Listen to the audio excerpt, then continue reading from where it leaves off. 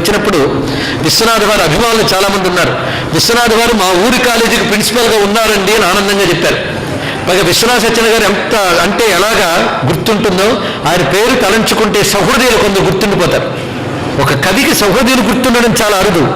కానీ విశ్వనాథ వారికి ఆయన పద్యములన్నీ కంఠస్థ పెట్టి విశ్వనాథ గారే అన్నారు, నా కల్పవృక్షం పుస్తకం దొరకపోయినా పర్వాలేదు కానీ ఈ 3 వ్యక్తులుంటే చాలయ్యా నా రామాయణం ఉన్నట్టే అన్నారు. ఆయన చెప్పిన 3 వ్యక్తుల్లో ఒకరు శ్రీ జువ్వాడి గౌతమరావు గారు, కీర్తిశేషుడు. వారు కల్పవృక్ష గానం ఇక్కడ చేస్తూ ఉంటే మీరు అందరూ చాలా మంది విన్నవారు ఉన్నారు. అందు కల్పవృక్షంలో ఆ పద్యం చెప్పుకోవాలి.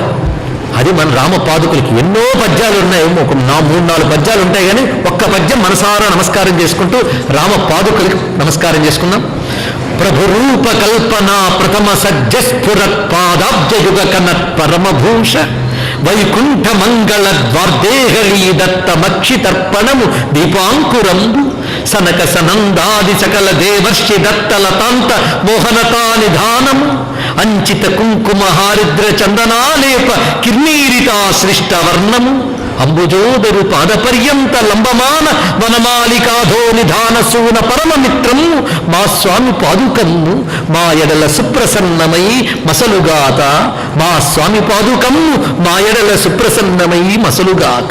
కమలా మహాదేవి కాళిమంజీర మహీయ స్వనంబులకెదురుకోలు బృందారకానేక వినమచ్చిరోమణి కోటీరముల శఠగోపమూర్తి వైదేహపతి గేహ పరిణయోత్సవ సమారంభణోత్సాహ పర్యాప్తి రేఖ మహిసుతామణి హేమమయ చీరకృత పరిమార్చనా భోగ సామ్రాజ్యశాలి స్వామి అంగుష్ట పార్శ్వ సంప్రాపిత కినకలిత తీక్ష్ణ భక్తి ప్రభా ఘన తపస్వి పరమ వైకుంఠవాసి ఉపాహనము అకట మన్మనో దారిద్ర్యమణచుగాత.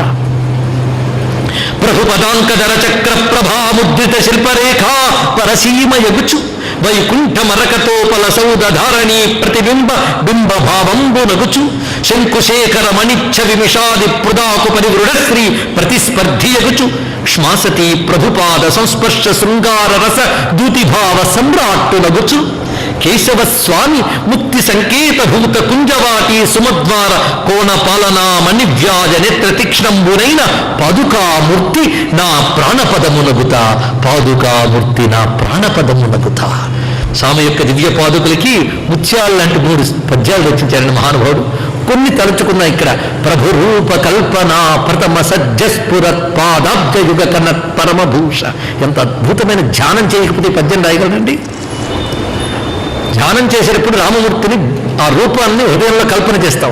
కల్పన చేసేటప్పుడు ముందు పాదాలు కదా ధ్యానించాలి. పాదాలు ధ్యానించాలంటే పాదాల కంటే ముందుండేది పాదుకలు. అందుకే స్వామి యొక్క రూపాన్ని ధ్యానించేటప్పుడు మొదటిగా స్ఫురించేటటువంటి పాదుకలకు నమస్కారము, ఆ పాదుకలపై ఉన్న పాదములకు నమస్కారము, ఆ పాదములపై ఉన్న పీతాంబరములకు నమస్కారము, ఆ పీతాంబరముపై ఉన్న వలెవాటు ధనస్సు దివ్యమైన బాహువులు మందహాస మదనములకు నమస్కారము. అందుకు మొట్టమొదటి స్ఫురిస్తున్న పాదుకలకు నమస్కారం. అంతేకాదు ఎవరైనా పెద్దవాళ్ళని కలవాలంటే వాళ్ళ ఇంటికి వెళ్తామనుకోండి, వాళ్ళ ఇంటి గుమ్మం ముందు కానీ జోళ్ళు కనబడితే అమ్మయ్య అని ఇన్నూ అవుట్ బోర్డు అక్కర్లేదు. ఇంటి ముందు వాళ్ళు చెప్పులు కనబడితే వాళ్ళ ఇంట్లో ఉన్నారనిపిస్తుందట. అలాగే వైకుంఠానికి దేవతలు వచ్చినప్పుడు ఆ ద్వారం దగ్గర స్వామి పాదుకలు కనబడగానే అక్షితర్పణము దీపాంకురము వాళ్ళ కళ్ళకి తృప్తిగా ఉంటుందట. గుమ్మం దగ్గర పెట్టే 2 దీపాల్లా ఉంటున్నాయి పాదుకలు. ఎంత గొప్పగా వర్ణించారు. అంతేకాదు సనక సనందాది సకల దేవర్షి దత్త లతాంత మోహనతా నిధానము. సనక సనందాది నిరంతరం ఆ పాదములకు కుసుమాలిచ్చి సమర్పించుకుంటారు. దేవకాంతలు దేవతలు వచ్చి చందనము పసుపు కుంకుమ అక్షతలు వేస్తారు. ఆ పసుపు కుంకాలు అల్లుకుపోయి ఆ ముద్ద అంటుకుంటుంది, చందనపు ముద్ద. అలాంటి పాదుకలు. పైగా స్వామి ఆ పాదుకలు ధరించి నిలబడినప్పుడు వనమాల వేసుకుంటారు కదండి. ఆ వనమాల మెడ నుంచి పాదం వరకు ఉంటుంది, పెద్ద వనమాల. అంత వనమాలకి క్రింద మణిపూసలకి ఇంత గుత్తి ఉంటుంది. ఒక మాలకి చివర గుత్తిలా కడతారు కదా, ఆ గుత్తి ఈ పాదుకలకు తగులుతుందిట. అందుకు వనమాలకి చివర ఉన్నటువంటి గుత్తితో మిత్రత్వం వహించిన స్వామివారి పాదుకలకు నమస్కారం అన్నాడు. ఎంత గొప్ప మాట ఇక్కడ. అంబుజోదరు పాదపర్యంత లంబమాన మణిమాలికాధో నిధాన సూన పరమమిత్రము మా స్వామి పాదుకమ్ము మా ఎడల సుప్రసన్నమై మసలుగాక. అంతేకాదు అకట మనోదారిద్ర్యం అణుచుగాక. ఆ పాదుకలు స్మరిస్తే నా మనస్సులోని దరిద్రం పోవాలి, అది నాకు ప్రాణపదము. ఇది వివరిస్తున్నారు. పైగా ఇది గొప్ప సామ్రాజ్యశాలిత పాదుకలు.